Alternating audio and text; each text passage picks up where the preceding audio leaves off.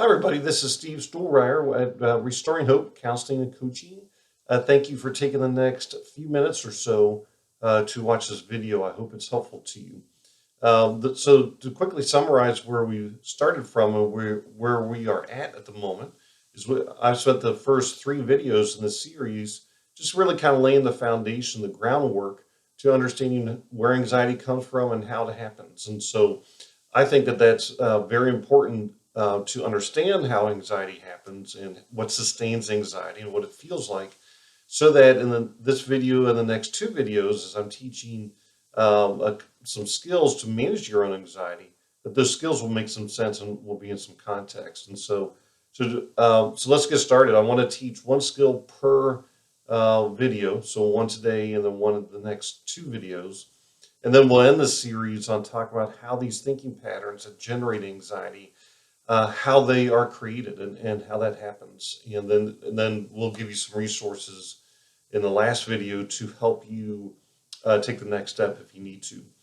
And so let me jump right in here. So anxiety primarily is driven by the things we think about, and that's true of all of our emotions. Our emotions are driven by the things we think about and how we think about them. So in this video, I want to address what I call the what ifs.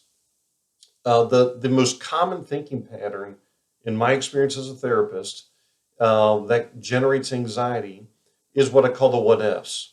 And the what ifs simply is this: we in our head focus on or obsess over uh, thinking things like, well, what if such and such happens? Or what if this doesn't happen that I want to have happen?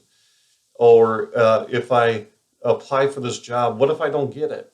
Or if I can't, what if I can't pay rent? Then what will happen to me? And so the what ifs in and of themselves is not a problem. It's when we what if to an extreme negative conclusion. So, for example, what if I'm sick today? Well, man, that would mean that I'm not going to be able to earn the money today at work. I'm not going to be able to pay my bills. And then if I can't pay my bills, then a lot of other catastrophic things will happen. I'll lose my job. I'll lose the ability to pay rent. I'll lose my car. And I think you get the point that the kind of what ifing kind of thinking that leads to anxiety really is the kind of thinking that leads to catastrophic conclusions. Okay, so let me give you an example.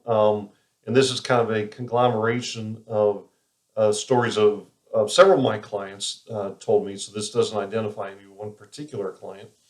And then I'm going to give you a quick, very easily understandable way to challenge and to change that thinking pattern. Okay, so I had a client that I'll call her Sally. Sally is a single mom with a number of kids, and she had been in my office for a while. We've been talking about various things, but on one particular day, Sally came in and looked really more distraught and more keyed up, more anxious than she normally is. And I asked her what was going on, and that she seemed, I had commented to her that she seemed more keyed up than usual. And she rolled her eyes and said, "Oh, yeah, you would be too if you were in my situation." So I responded by saying, "Well, tell me what's going on, and let's see if we can kind of walk through this together and figure out what we might be able to do." She said, "Oh, no, you're not going to be able to do anything to help me." I said, "Well, let's try, and let's at least try to think through what is happening here." And so essentially the story was this: she'd been living in an apartment with her kids for a number of years, 3 or 4 years or so. And essentially every month she had paid rent on time, and she'd never been short on her rent. She had never not paid her rent. She had a fairly good relationship with her landlord. And he seemed mostly trustworthy in responding to her needs and fixing things at the apartment and such. So on this particular day, that she came in to see me, rent was due the next day, and she was about $25 short in paying rent. And so this would be the first time in months and really in years that she had not been able to make rent. And so she said that to me. I said, "Okay, well, let's try to figure this out. Would your landlord allow you to pay all but $25 of the rent and then maybe $25 the rest of the rent due next week?" She said, no, no, that's not what's going to happen. He won't do that. And essentially, she said, well, see, really what I'm worried about is if I don't pay rent um, by tomorrow, if I don't get $25 by tomorrow and can't pay the full rent, then what's going to happen is my landlord's going to evict me. I don't have another place to stay, she said. He's going to evict me. I'm going to be out on the street in the middle of winter, it was the middle of winter when we had this conversation.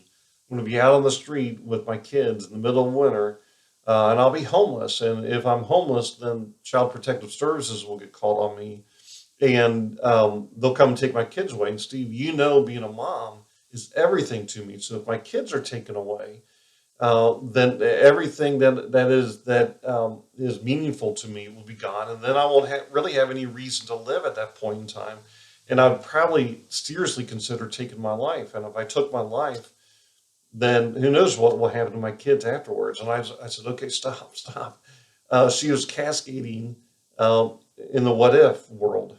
So in other words, she started with a situation in which she was about $25 short on her rent, and I think that was legitimate. I think that was true, but it ended with her saying, I will have to kill myself," and so she walked through this process of what ifing in a very catastrophic fashion. And so we began to talk. Now, this is a very real situation. Some of you may have faced that or a situation like this in the past.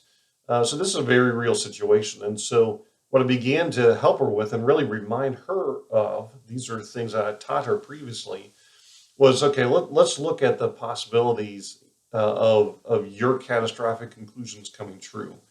Would it really be true after paying rent to your landlord for about 4 years or so, never missing it? Is he the kind of guy that would really just very quickly just kick you out? And she thought about it. She said, no, probably not. He'd probably give you a break. So yes, he probably will give you a break. And if he did evict you, there's a period of time in which he would file the paperwork until you'd have to be out. So you'd have some time to really potentially work through getting another place, although not what you want. You'd have some time. And then if he had some time to find a place, or if he didn't evict you, then you really wouldn't be homeless, and there'd be no reason for Child Protective Services to come and take your kids away.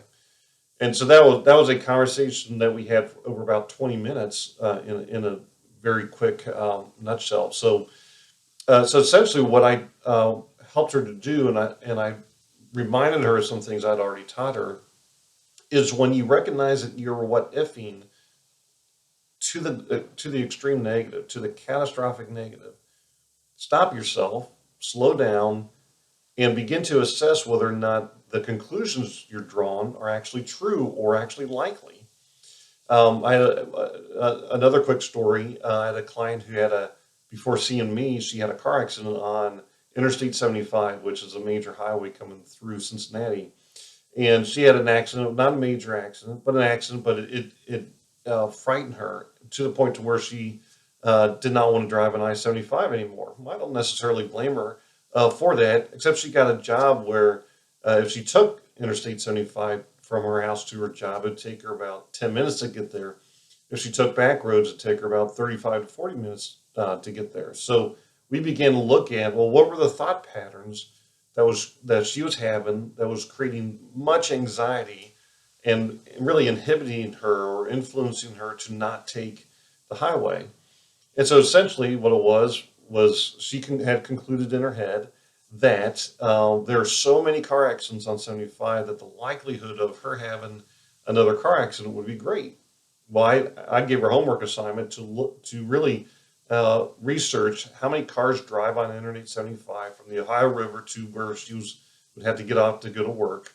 How many cars drive on that stretch of highway in a particular 24-hour period, and how many on average car accidents are there?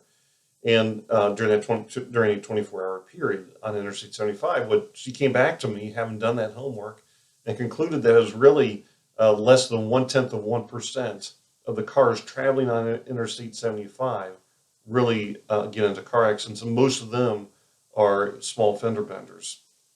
And so this is just an example, or two examples rather, of how you can challenge your own thinking challenge your own conclusions that you're drawing when you're what ifing.